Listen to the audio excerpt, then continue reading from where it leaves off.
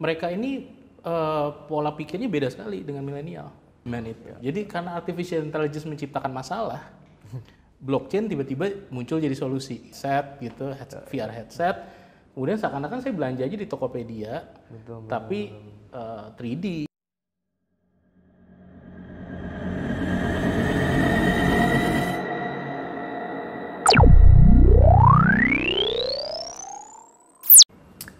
Halo Sobat AI, Socha Interact kali ini sangat spesial.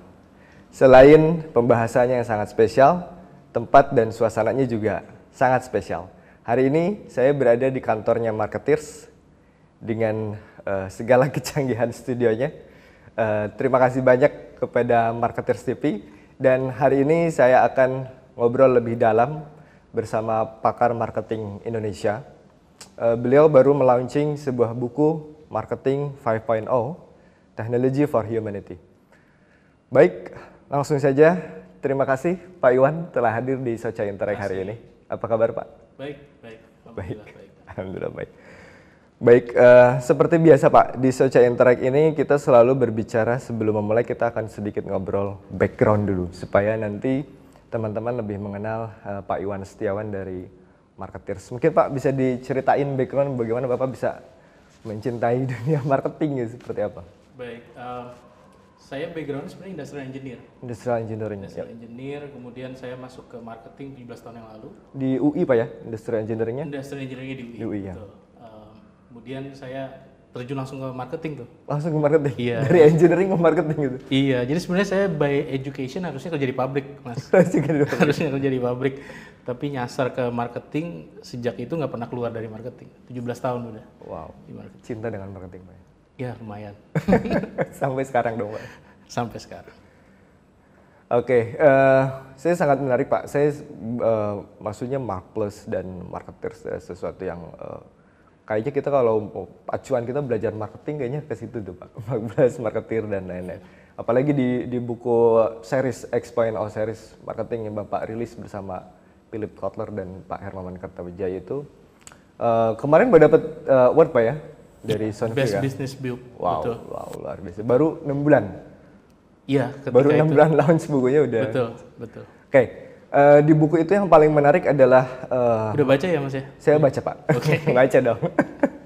Yang menarik buat saya adalah gap mengenai gen itu Pak, dari baby boomers, gen X, gen Y, gen Z sampai gen alpha. Saya bahkan baru tahu bahwa mungkin saya ini salah untuk bikin segmentasi market nih. Gara-gara buku Bapak tuh saya jadi kayaknya saya jadi sadar nih. Mungkin Pak bisa ceritain ke kita gimana tuh cara nanti ya mungkin teman-teman yang sedang mendevelop produk atau sedang membuat strategi marketing, bagaimana mengantisipasi gap yang terjadi saat ini. Karena saat ini kan katanya kita disebut di buku itu Bapak bilang bahwa ini adalah generasi di mana semua 5 generasi itu ada di sini gitu kan. Ngumpul di sini Pak ya. Gimana Pak cara kita? Iya. Jadi kalau saya selalu bilang kan sebenarnya generasi itu ada yang didefinisikan tua, ada yang didefinisikan muda gitu. Iya. Yang didefinisikan tua itu ada baby boomer sama gen X. Baby boomer kan. Gen X itu sebetulnya nggak tua-tua banget, tapi kalau baby boomer ya tua sebetulnya gitu. Baby boomer dan gen X itu mungkin para leader di organisasi, perusahaan itu sebagian besar kan masuk ke dua segmen itu. Jadi kalau kita lihat direksi, VP, ya, posisi-posisi kunci di organisasi, terutama yang konvensional, bukan yang startup ya, itu sebagian besar pasti di dua segmen itu. Jadi mereka decision maker di dunia bisnis. Semua keputusan bisnis biasanya di sana. Nah, mismatch-nya seringkali timnya itu di bawahnya. Itu ada milenial, Gen Y, ada Gen Z gitu. Mungkin belum Gen Alpha ya, yang masih kecil gitu.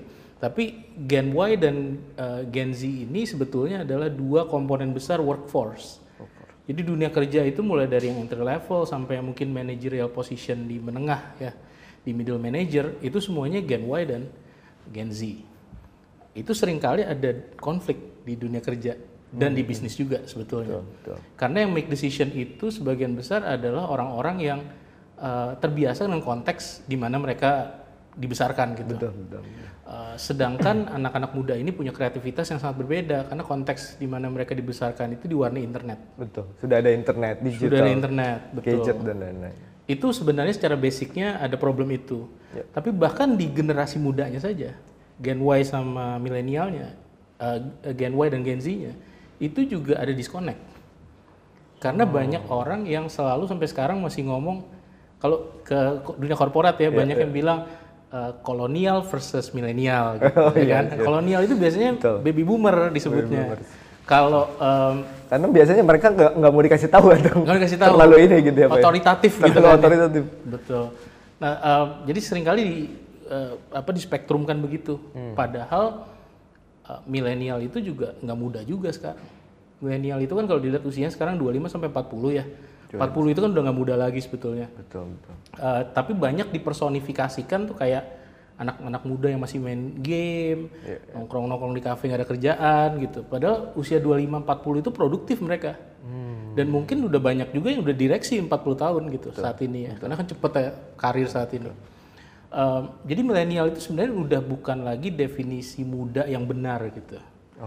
Dan seharusnya sekarang banyak perusahaan, brand dan lain-lain mulai bilang generasi muda tuh Gen Z mestinya. Gen Z itu in between berapa Pak?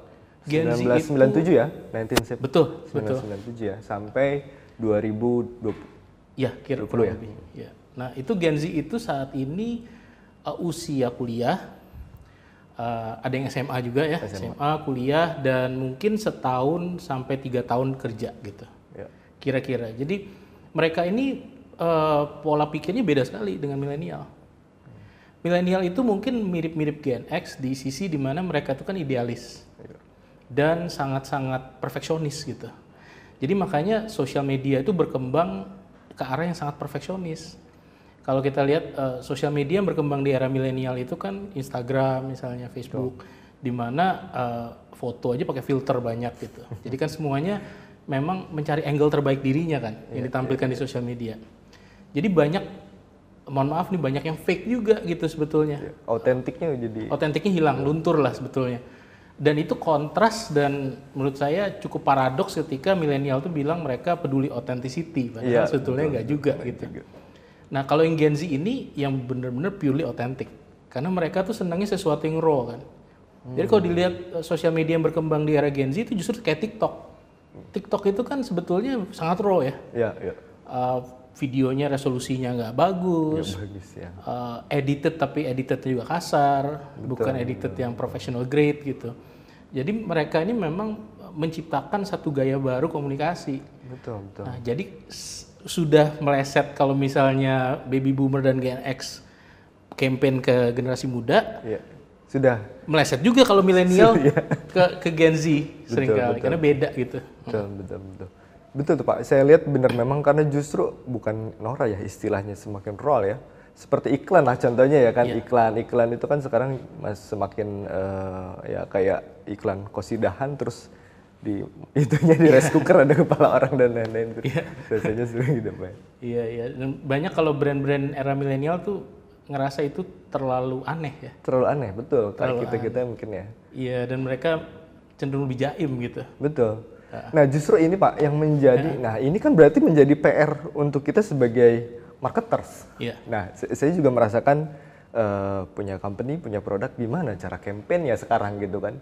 Nah karena bahkan kemarin dari buku itu saya juga jadi tahu bahwa jangan-jangan memang produk yang saya ciptakan ini memang untuk Gen Z dan Gen Alpha, jangan-jangan gitu kan. Atau bahkan mungkin kita justru orientasinya ke sana Pak untuk Gen Alpha dan atau jangan-jangan untuk segmen yang belum besar gitu. Betul. Iya bisa jadi karena terutama dua teknologi yang paling belakangan ya menurut saya tumbuhnya yaitu artificial intelligence sama blockchain.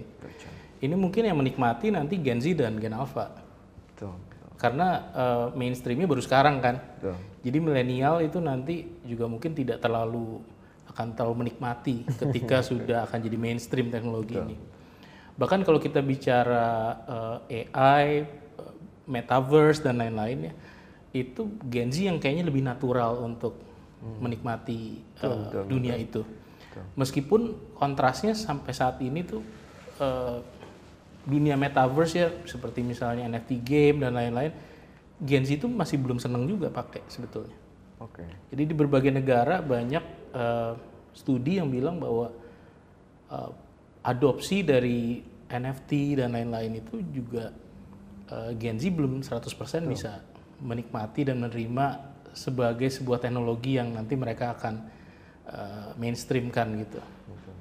Jadi sampai sekarang ini masih semua meraba-raba kalau berbicara dengan segmen yang dua ini ya, Gen Z dan Alpha. Tapi saya selalu bilang setiap perusahaan itu harusnya balance antara masa sekarang dengan masa depan. Kalau kita targetnya yang itu, sisa dua. tutup duluan perusahaannya, Mas, ya kan? Ya, Bisa kolaps duluan perusahaannya kalau kita monetisasinya nanti baru nanti gitu. Betul. Jadi kita sekarang berusaha mengedukasi. Saya juga sering mengadvocate bahkan ke baby boomers juga, tidak hanya ke milenial dan ke Gen X, bahwa bisnis itu harus mulai beradaptasi, mengadopsi berbagai teknologi yang mungkin saat ini belum banyak kelihatan manfaatnya, belum common, tapi akan jadi groundbreaking gitu. Yap. Nah, mungkin ya salah satunya mungkin acara ini adalah untuk mengedukasi juga, Pak. Iya kan. Saya rasa banyak yang nggak tahu juga mungkin. Nah, jadi teman-teman yang belum baca buku Pak Iwan Setiawan yang Marketing 5.0 dan beberapa seriesnya juga saya rekomen untuk membaca. Oke, tadi Bapak mention mengenai metaverse. Nah, itu Pak yang menarik juga. Karena kalau saya ditanya metaverse biasa aja, gue menurut biasa aja. Iya. Apalagi kalau kita lihat progresnya itu cuma 3D aja Pak ya. Kita lihat apalagi sih cuma 3D gitu ya. Iya. Tapi mungkin yang tadi Bapak bilang, oh iya juga ya, mungkin untuk Gen Alpha yang mungkin decade gitu ya, 10 tahun ke depan mungkin nanti akan menggunakan dan lain-lain. Iya. Nah kalau kita lihat juga pergeseran mengenai metaverse atau di situ ada augmented reality dan virtual reality. Nah kalau kita lihat Pak, align saya bacanya sih mungkin align ya dengan beberapa buku Bapak bagaimana mengenai ada humanity-nya gitu. Seperti kemarin juga saya membahas humanizing AI, bagaimana nanti artificial intelligence itu ada human sense-nya gitu Pak ya. Nah, ini bagaimana Pak untuk tetap menjaga humanity ini, karena kalau kita lihat metaverse, AR dan VR berarti otomatis kita kayak ya kita terisolasi dari dunia luar. Iya, gitu kan. Iya, betul.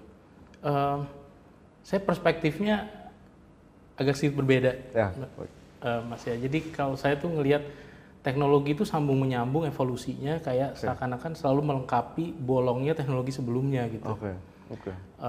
Jadi kalau saya kilas balik sedikit ya, ada waktu kan kita ya. Banyak Pak. Kalau saya kilas balik sedikit, zaman dulu kan komputer tuh besar-besar mainframe ya. Kemudian tiba-tiba mengecil jadi personal computer. Karena teknologi itu melihat bahwa wah kalau mainframe begini nggak semua orang bisa pakai. Siapa yang mau nyiapin ruangan segede itu ya, dan mahal kan pasti. Jadi muncullah PC makin personal dan makin murah. Dan PC itu makin lama makin murah dengan speed dan computing power yang semakin bagus gitu. Kemudian ada kekurangan lagi bahwa PC ini kan standalone, nggak terkonek satu sama lain gitu, sehingga muncullah internet tahun 90-an. Akhir 90-an itu jadi mainstream internetnya. Jadi PC sekarang connected. Gitu. Tapi connectednya PC itu nggak bisa kemana-mana, nggak mobile. Jadi di rumah aja stationary gitu. Sehingga muncullah mobile computing. Kemudian berkembang jadi cloud computing.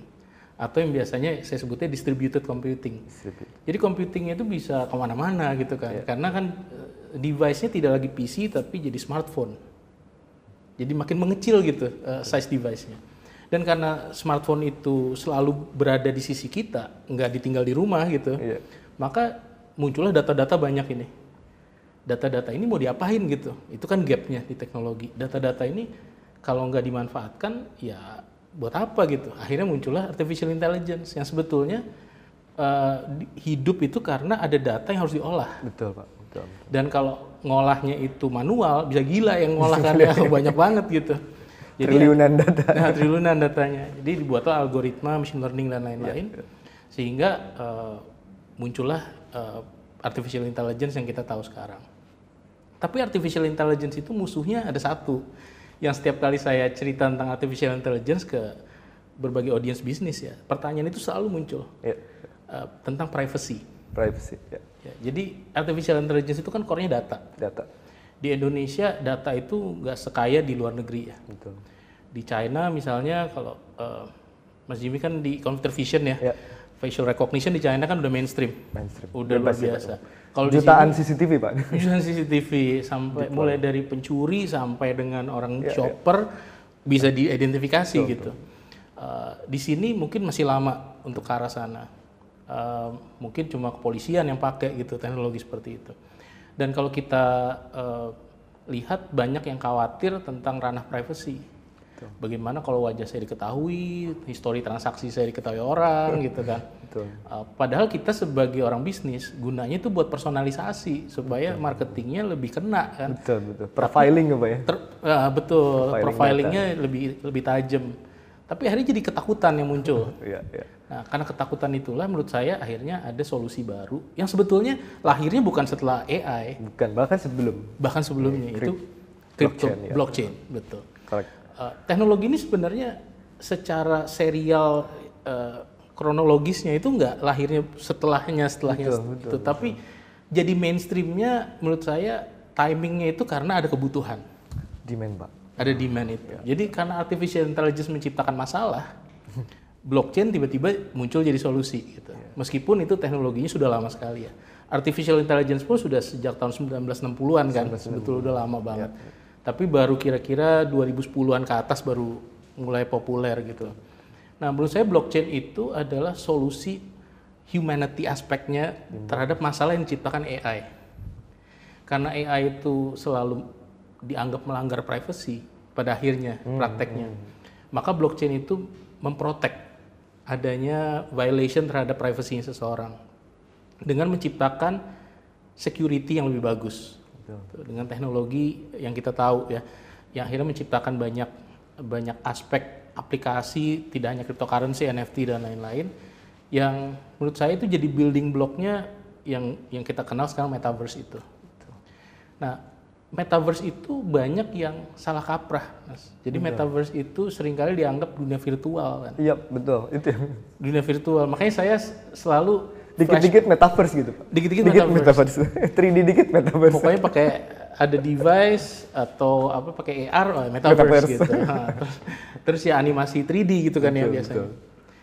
Padahal basisnya bukan itu. Lahirnya metaverse itu sebetulnya karena ada beberapa aspek ya. Pertama karena blockchain ini berkembang, sehingga metaverse itu jadi berkembang. Dan akhirnya teknologi yang tadinya mungkin orang anggap nggak akan pernah mainstream seperti VR dan AR tiba-tiba jadi ikut mainstream. Karena sebetulnya kalau bicara dengan orang bisnis ya, mungkin Facebook juga nyesel ketika beli Oculus beberapa tahun sebelumnya karena lihat VR ini kok nggak naik-naik gitu. Dia kayaknya too early Pak. Too early timingnya ya. Kok kayaknya kok nggak risetnya tuh masih lama ya. Nah betul. Nah, ketika muncul blockchain, tiba-tiba terinitiate kembali gitu. Lahir kembalilah aplikasi-aplikasi yang connected ini seperti VR dan AR itu. Kalau basisnya itu cerita bahwa metaverse ini lahir karena ingin menciptakan virtual identity yang lebih secure, ya, maka humanity aspeknya jadi sangat kental sekali. Tapi kalau kita definisikan metaverse itu sebagai dunia virtual, seakan-akan kita lari dari kenyataan gitu, lari dari dunia nyata, terus kita pindah ke dunia. Kan kalau secara negatifnya konotasinya, kenapa sih metaverse itu lahir? Karena kita mungkin sudah jenuh dengan dunia nyata gitu. Jadi kita pengen nyari sesuatu yang seolah-olah seperti itu Pak ya. Ya imajinasi yang kayaknya semuanya ideal di sana gitu. Betul. Karena di sini mungkin kalau apa ya environmentalist itu kan bilang climate change, terus lingkungan udah sangat kotor, polusi dan lain-lain. Terus kita kayaknya pengen kabur aja gitu. Ada yang pengen ke Mars, creating space travel. Ada yang pengen create 3D world supaya dia kayaknya udah tinggalin aja dunia yang real ini. Termasuk bikin avatar dan lain-lain. Termasuk bikin avatar. Kayak kita pengen jadi lebih baik dari kita sekarang. Lebih ganteng, lebih keren daripada kenyataannya gitu ya. Jadi virtual escape Pak ya, jadi sweet virtual escape gitu. Exactly Mas. Jadi escape dari kenyataan gitu. Nah kalau di frame seperti itu, kayaknya metaverse tuh jelek banget ya. Betul. Saya mau kasih ini Mas bocoran bahwa nanti kita akan keluar marketing 6.0. Wow. Dan itu metaverse marketing isinya. Ketika saya usulin ke Phil Kotler, ini baru beberapa bulan yang lalu ya, kita usulin, kita mau dong 6.0 ini arahnya ke metaverse gitu. Ini bocoran yang belum ada di mana-mana. Kita diskusikan ya, Pak Hermawan, saya, Phil Kotler. Gimana kalau metaverse gitu? Tadinya kita mengarah mungkin 6.0 itu neuromarketing. Oke. Neuroscience dan lain-lain. Itu kayaknya juga developing juga. Betul. Tapi setelah melihat development terakhir, kita bilang kayaknya metaverse nih. Phil Kotler komen utamanya adalah yang pertama menyoroti jangan sampai metaverse itu dianggap sebagai virtual escape. Karena kalau itu yang terjadi, maka marketing di metaverse itu jadinya negatif sekali. Betul. Ya, itu jadinya kayak marketing di dunia yang tidak punya konsekuensi gitu. Iya, jadi malahnya jadi kayak kemarin Pak, banyak fraud, afiliator dan lain-lain. Betul. Nah, itulah yang akhirnya kalau saya selalu bilang metaverse itu harusnya dilihat sebagai konsekuensi logis berkembangnya teknologi blockchain yang sebetulnya tujuannya baik gitu. Tujuannya adalah menciptakan security supaya identitas kita di dunia online itu tidak disalahgunakan. Dan dengan adanya definisi itu, maka metaverse itu gunanya untuk apa sih? Supaya kalau kita transaksi di dunia online, kita tetap bisa transaksi dengan secure. Betul. Jadi kalau misalnya saya pengen belanja tanpa privacy saya terganggu, saya bisa memilih sekarang dengan teknologi blockchain, saya bisa memilih apakah saya mau histori transaksi saya bisa dibaca atau tidak oleh brand yang saya berinteraksi.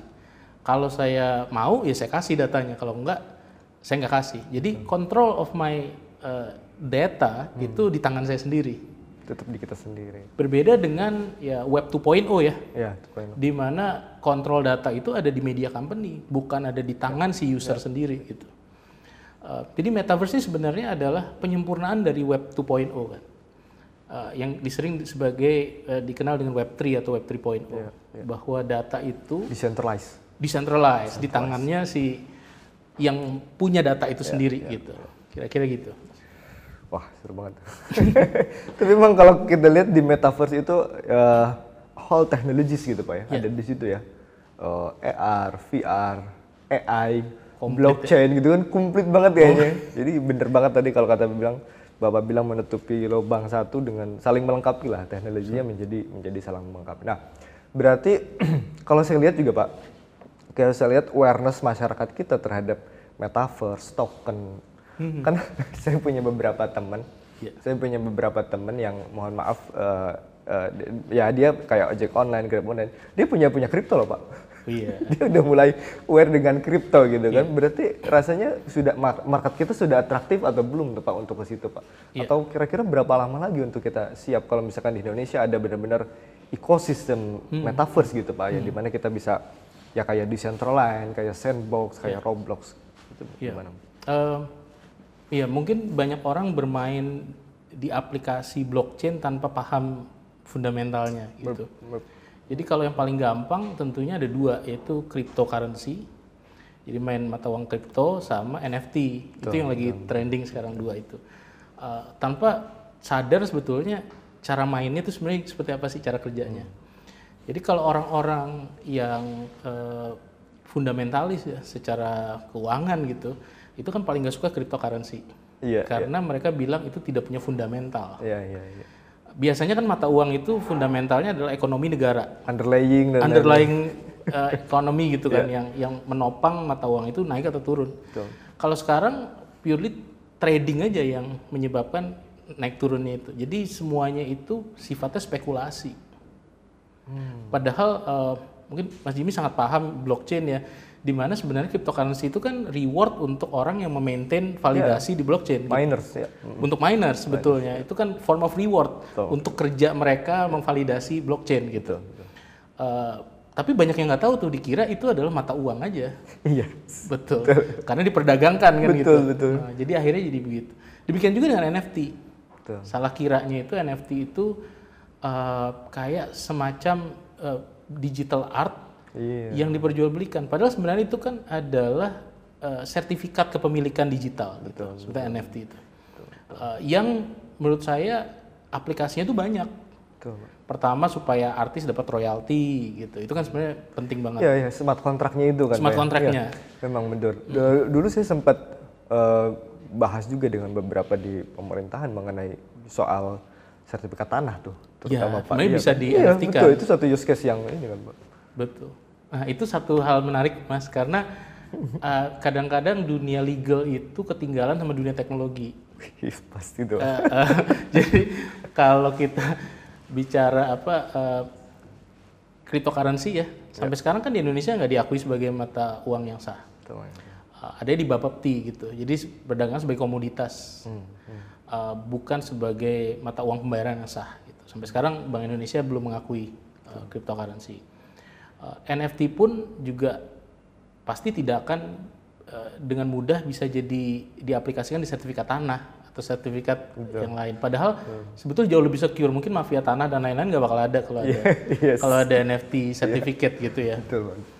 Tapi selalu legal itu kan lebih lambat daripada teknologi. Teknologinya udah kemana-mana, legalnya mengikuti. Karena legal itu kan selalu melihat kepentingan lebih banyak, yang lebih luas gitu. Dan teknologi yang belum jelas ini seringkali menakutkan buat orang-orang policy maker dan legal ya. Jadi kita harus paham itu bahwa selalu akan kejar-kejaran gitu. Nah, dengan adanya legal protection yang belum ada Mas ya. Ada yang main cryptocurrency, NFT dan lain-lain. Ya saran kita kan selalu jangan semua uangnya masuk ke situ gitu karena ini belum ada proteksi yang clear untuk ke arah sana. Kalau ngerti betul dan cuma pengen nyoba-nyoba dan eksperimen. Sangat bisa. Kira-kira gitu sih. Tapi kita harus tetap mengedukasi Pak ya masyarakat kita tentang itu ya. Ini sebenarnya kayak dunia nyata aja ya Mas ya. Kan tadi Mas Jimmy bilang kayaknya nih semua teknologi ada di sini ya.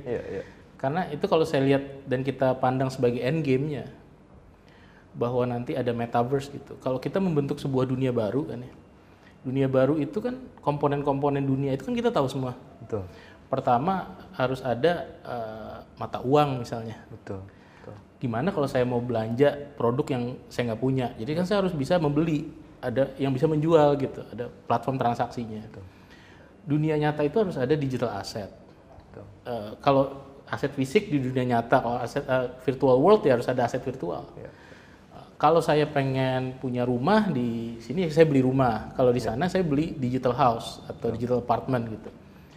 Itu semua kan ada fondasi teknologi semua. Digital asset itu nanti NFT fondasinya, mata uangnya cryptocurrency. Kemudian kan di dunia blockchain kita kenal juga di metaverse itu ada DAO namanya, Decentralized Autonomous Organization. Itu kayak government-nya. Betul. Ya itu kayak komunitas yang menggovern aktivitas di situ. Itu juga harus ada. Jadi otomatis akhirnya building blocks ini pelan-pelan akan diintroduce secara tidak langsung di market sampai orang akhirnya tadinya cuma kenal kripto, sekarang kenal NFT, nanti kenal DAO, sampai semua orang kenal ini baru saya rasa mainstreamnya metaverse itu akan terjadi. Begitu komponen-komponennya ini sudah mulai dikenal lebih luas gitu. Betul. Tapi tidak menutup kemungkinan kalau yang kita lihat mungkin Pak ya, sekarang tuh scammers masih tetap ada Pak ya, yang memanfaatkan gimmick metaverse itu ya. Betul. Berarti, menarik sekali. Berarti pergeseran industri marketing sendiri ke metaverse. Kalau kita lihat, jangankan itulah mungkin teman-teman di sales atau marketing sendiri rasanya masih sulit untuk, ya mungkin kalau saya lihat jarang ada yang belajar fundamental Pak. Yang paling sederhana misalkan sales funneling dan lain-lain. Rasanya jarang. Apalagi mereka mungkin merasa teknologi apa lagi nih. Nah, gimana sih cara mereka untuk catching up gitu Pak? Untuk apakah ada step by step staging bagaimana Pak untuk mereka bisa masuk ke situ?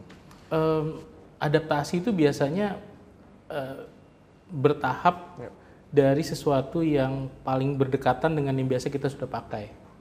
Gitu. Jadi kalau analoginya selalu tuh ketika kita pertama kali lihat TV hitam putih, kita beralihnya dari radio. Wah, tadinya saya nggak bisa lihat ada visualnya, cuma audio. Sekarang ada visual. Itu kan orang kan adaptasinya lama. Betul. Tapi ketika dari TV hitam putih ke TV berwarna, lebih cepat. Karena biasa aja, ini cuma ada warnanya aja gitu. Jadi adaptasi itu akan semakin mudah kalau lebih dekat teknologinya. Jadi kalau orang-orang marketing atau yang praktisi bukan orang teknologi ya, itu akan selalu mencari teknologi mana yang dia paling comfortable karena basisnya sudah ada. I see. Misalnya kenapa sih sekarang yang terkenal itu misalnya conversational commerce atau sebenarnya bahasa sederhananya jualan via WhatsApp gitu. Yap. Itu yang populer banget. Populer. Karena sebenarnya basisnya SMS. Orang udah biasa chat pakai SMS. Jadi ketika WhatsApp diperkenalkan, ini adalah SMS yang kayaknya gratis karena bayarnya pakai data bukan per chat gitu. Jadi saya udah ngerti lah caranya ngetik, tanya jawab di chat. Nah kalau saya belanja add to cart, payment, itu kan sesuatu yang completely different. Jadi adaptasi ke e-commerce itu masih jauh untuk orang-orang yang tradisional gitu. Lebih deket kalau saya mau belanja ke tukang sayur pakai WhatsApp. Nah itu lebih cepat. Kayaknya. Karena adaptasinya lebih deket gitu. Terus seperti itu. Jadi nanti udah kenal ya dunia teknologi, belanja ternyata nggak perlu ketemu orangnya gitu. Nanti dia dari conversational commerce masuk ke social commerce. Jadi berbelanja di sosial media. Lama-lama kok belanja di sosial media ini kan makin mirip dengan e-commerce. Akhirnya bisa ke e-commerce dia. Dan adaptasi yang tadinya kita prediksi butuh 5 tahun, jadi gara-gara pandemi ini 2 tahun udah cepet ke sana langsung akselerasi ke sana. Demikian juga dengan peralihan ke VR dan AR yang jauh lebih mudah daripada belajar NFT sebetulnya. Jadi kan kalau kita bayangkan, saya belanja e-commerce. Belanja e-commerce itu saya lihat page-nya, kemudian saya add to cart. Gimana kalau saya browsing-nya itu bukan gambar statis, tapi 3D. Tuh ya kayak misalkan gini kita udah bisa langsung explain gitu Bisa Pak. Bisa explain. Ada experience-nya. Jadi sebenarnya VR itu akhirnya adaptasinya e-commerce tapi 3D. Gimana kalau misalnya saya pakai headset gitu, VR headset, kemudian seakan-akan saya belanja aja di Tokopedia, tapi 3D. Saya lihat Walmart kemarin Pak di YouTube sudah mulai ke situ Pak. Arahnya ke sana. Walmart tuh benar-benar udah experience virtual reality-nya benar. Betul. Dan kalau orang udah kenal e-commerce, pindah ke sana kayaknya nggak masalah. Nggak masalah ya. Hurdle-nya cuma device-nya aja mahal masih. Iya itu aja yang hurdle-nya. Betul. Tapi suatu saat pasti teknologi kan lebih murah Pak ya nanti ketika massive production ya. Tentunya jadi lebih murah. Mengenai conversational based, apakah itu isu di Indonesia aja Pak? Hampir semua menghadapi isu yang sama Pak?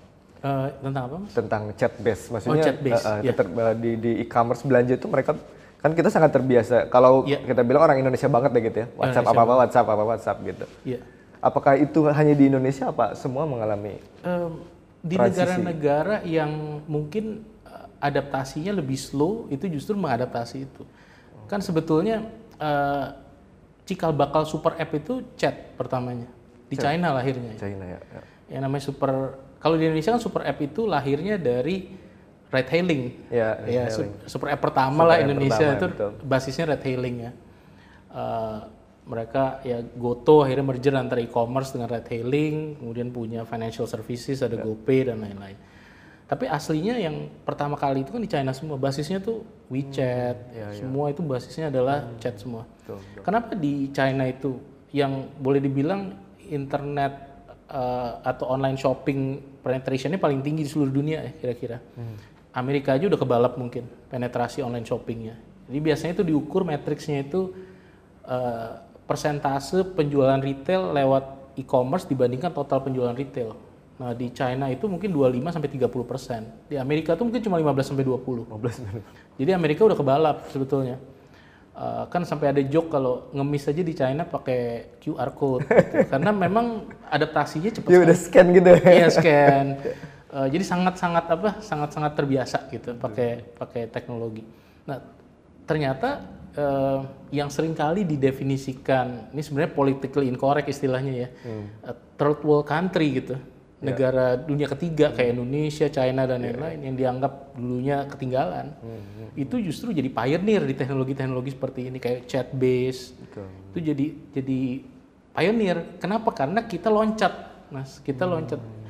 Orang Indonesia tuh bisa pakai smartphone tapi nggak tahu cara pakai laptop. Karena kita loncat teknologinya. Ya, bener. Kalau Bener banget. yang progression yang real ya itu kayak di Eropa, di Amerika. Karena kita bukan early adapters, Pak. Kita bukan early adopter, kita telat. Kita lagard sih. Karena kita telat, kita loncat gitu daripada kita ketinggalan terus kan ya. Betul. Nah gara-gara itu, makanya sampai sekarang kalau saya ketemu teman-teman saya di Amerika dan lain-lain, mereka selalu heran kalau orang-orang Asia, Indonesia dan lain-lain itu kenapa smartphone-nya selalu paling canggih. Karena kita tuh kayaknya ngikutin terus teknologi smartphone itu ya. Sementara mereka kan kayaknya pace-nya normal gitu. Ya jadi laptop digunakan dulu, PC segala baru terstruktur lah gitu kayaknya. ada prosesnya. Kalau kita loncat langsung ke sana. Sehingga makanya kayak adopsi kayak NFT, cryptocurrency, kita juga nggak ketinggalan. Karena kita seneng tuh ya teknologi yang leap beyond apa yang kita sebelumnya ketinggalan itu, kita loncatin aja completely daripada kita ngikutin jalurnya gitu. Sehingga yang kayak chat based dan lain-lain itu banyak populer di Asia. Betul. Gitu. Kira-kira gitu. Wah, menarik Pak. Emang ngomongin dia marketing ya banyak banget ya, luar biasa banyak. Jadi memang metaverse ya masih berdasarkan Pak Iwan suatu yang masih menjanjikan Pak ya, bahkan betul. Tadi definisi realnya udah disampaikan sama Pak Iwan bahwa bukan hanya 3D Pak. Bukan hanya 3D tapi completely tadi. Nah mungkin justru pertanyaan kita selanjutnya Pak, apakah kita ini harus maksudnya bukan khawatir tapi kapan kita mulai untuk mempelajari marketing di next computing atau metaverse ini ya, karena kan setahu saya di Amerika dan di Eropa mereka sedang berlomba-lomba untuk the next computing itu apa kan gitu Pak ya. Setelah smartphone ini apa, karena di smart glasses masih belum ada yang berhasil, bahkan di AR headset pun masih belum ada yang berhasil. Betul. Untuk the next computing ini apa gitu yang sifatnya digunakan. Nah maksudnya bagaimana kita untuk para profesional bisnis dan lain-lain, untuk mungkin perusahaan baik yang konvensional atau startup untuk menghadapi the next version marketing yang tadi Bapak sampaikan. Mungkin kuncinya adalah ikutin trennya. Tren. Artinya belum tentu adopsi, belum tentu menggunakan secara langsung gitu. Tapi setidaknya kita punya pemahaman teknologinya itu apa yang possible. Betul. Yang penting itu kan mengetahui what's possible, apa yang mungkin gitu dilakukan. Kalau kita rasa cocok dengan strategi kita, kita bisa gunakan. Kalau enggak ya enggak gitu. Kalau enggak kan jadinya latah, apa yang ada kita pakai. Ikutin aja gitu. Ikutin aja. Jadi gitu. Bukan sesuai kebutuhan. Yang baik itu harus sesuai kebutuhan. Betul.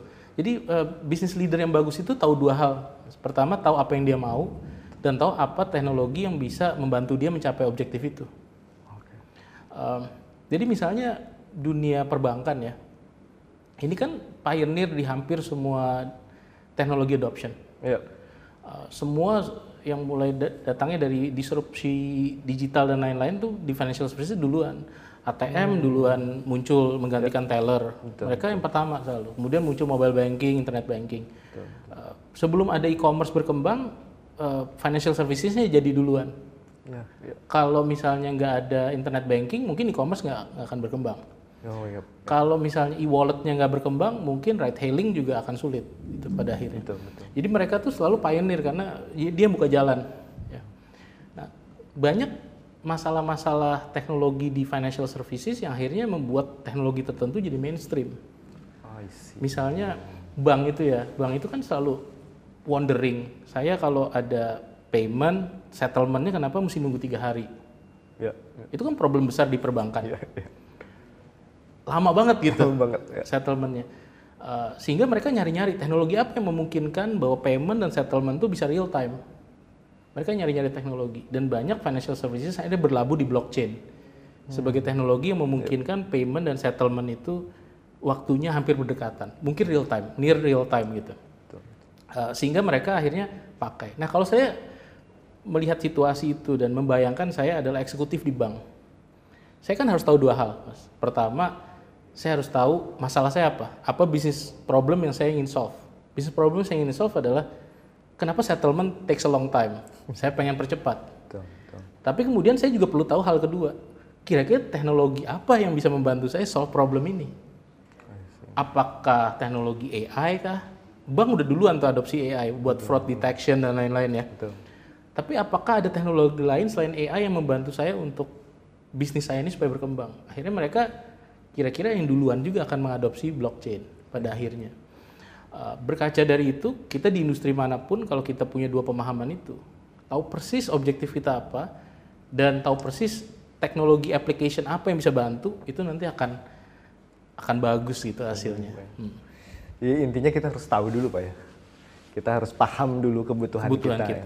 Dan kita ya mungkin kalau untuk masalah teknologi ya kita bisa berkonsultasi dan lain-lain kepada ahlinya Pak ya. Wow. Ini berat semua kayaknya obrolannya.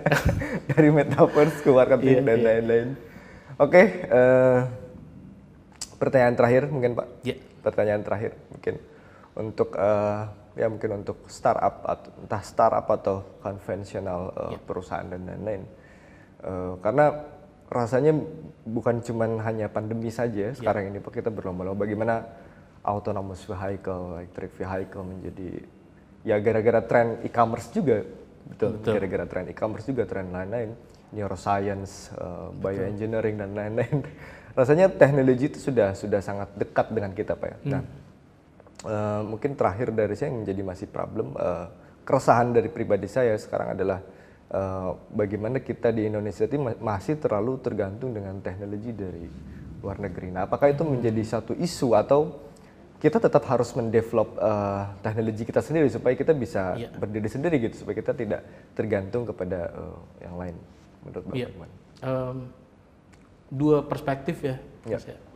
Pertama, belajar dari negara-negara yang lebih advance, teknologinya itu selalu ada manfaatnya gitu. Kita belajar AI, machine learning dan lain-lain, tentunya ada negara-negara yang udah lebih advance memanfaatkannya. Yang tadinya mungkin lebih banyak di negara barat, sekarang kok banyak mengarah ke China misalnya, di mana kalau negara-negara barat itu kan cenderung lebih teoritis karena mereka sifatnya eksperimental gitu semuanya. Tapi kalau di China kan banyak yang sudah langsung praktek gitu. Machine learning, computer vision misalnya di China kan langsung praktek. Kita face recognition aja udah ketinggal 5-7 tahun lalu dari China. Betul. Jadi belajar dari sana tuh sebenarnya sangat banyak manfaatnya. Tapi selalu saya bilang data itu kan lokal ya Mas. That's it Pak. Data itu lokal. Data itu lokal, jadi punya technological capability tapi nggak punya datanya juga nggak ada manfaatnya sebetulnya. Fondasinya itu yang membuat misalnya kayak voice recognition, facial recognition yang basisnya adalah negara-negara barat. Jadi facial recognition-nya Caucasian gitu, fitur wajahnya itu nggak terlalu efektif di sini. Efektivitasnya mungkin akan turun. Beda Pak, betul. Atau misalnya voice recognition sangat beda. Atau misalnya NLP, Natural Language Processing, kan pasti jauh beda, dictionary-nya beda, semua gaya bahasa. Kita bahas aja dah banyak banget. Betul. Kita belum lagi logat, terus ada singkatan-singkatan.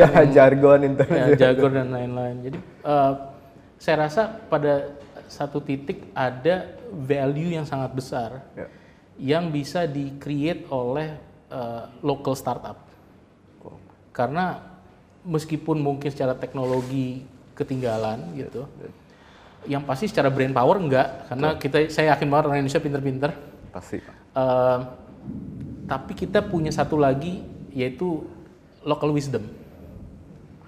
Itu ada, tadi saya baru cerita di salah satu podcast kita ya. Ada yang namanya proximity principle. Wah, apa tuh? Proximity principle itu semakin dekat dengan source-nya, semakin kita ngerti. Itu sebenarnya asalnya dari jurnalisme, Mas. Karena kan marketing ini media ya. Jadi jurnalisme itu bilang kalau reporter itu dekat dengan TKP, dia akan pasti paling bagus reportasenya. Daripada yang cuma nyontek dari media lain atau dia cuma ngeliat di TV terus dia tulis gitu. Misalnya lagi perang di Ukraina, yang terjun ke Ukraina beneran wartawannya pasti tulisannya paling mendalam dan mungkin akan menang Pulitzer Prize dan lain-lain ya. Itu namanya proximity principle. Nah, sebagai local startup, kita yang ada di market ini, kan kita yang paling deket nih. Di mana banyak tech company global itu di Indonesia itu cuma sales office. Engineering timnya nggak ada di sini. Sehingga mereka ketika bikin produk development timnya itu nggak bisa punya proximity. Prinsipalnya nggak terjadi gitu. Mereka punya best practice, tapi best practice yang di negara mereka asal. Dimana kalau kita tahu UI UX design misalnya, itu kan lokal banget. Betul. Apa yang di sana kira-kira keren, di sini orang bingung kenapa begini tampilannya ya, gitu. Betul. Jadi itu yang menurut saya akan jadi value besar ya, dari local startup ekosistem di Indonesia. Gitu. Proximity principle. Pendekatan, Pak ya. Kedekatan terhadap masalah, isu dan lain-lain. Betul. Oke, rasanya masih panjang kalau mau ngobrol, tapi kita cukupkan saja, Pak. Terima kasih banyak waktunya Pak Iwan Setiawan. Teman-teman, itulah Bapak Iwan Setiawan dari Marketers dengan semangatnya untuk mendorong industri marketing kita, Pak ya, supaya lebih maju lagi. Dan dengan bukunya Marketing 5.0 will be going to 6.0 dan akan membahas metaverse. Demikian Social Interact hari ini. Terima kasih.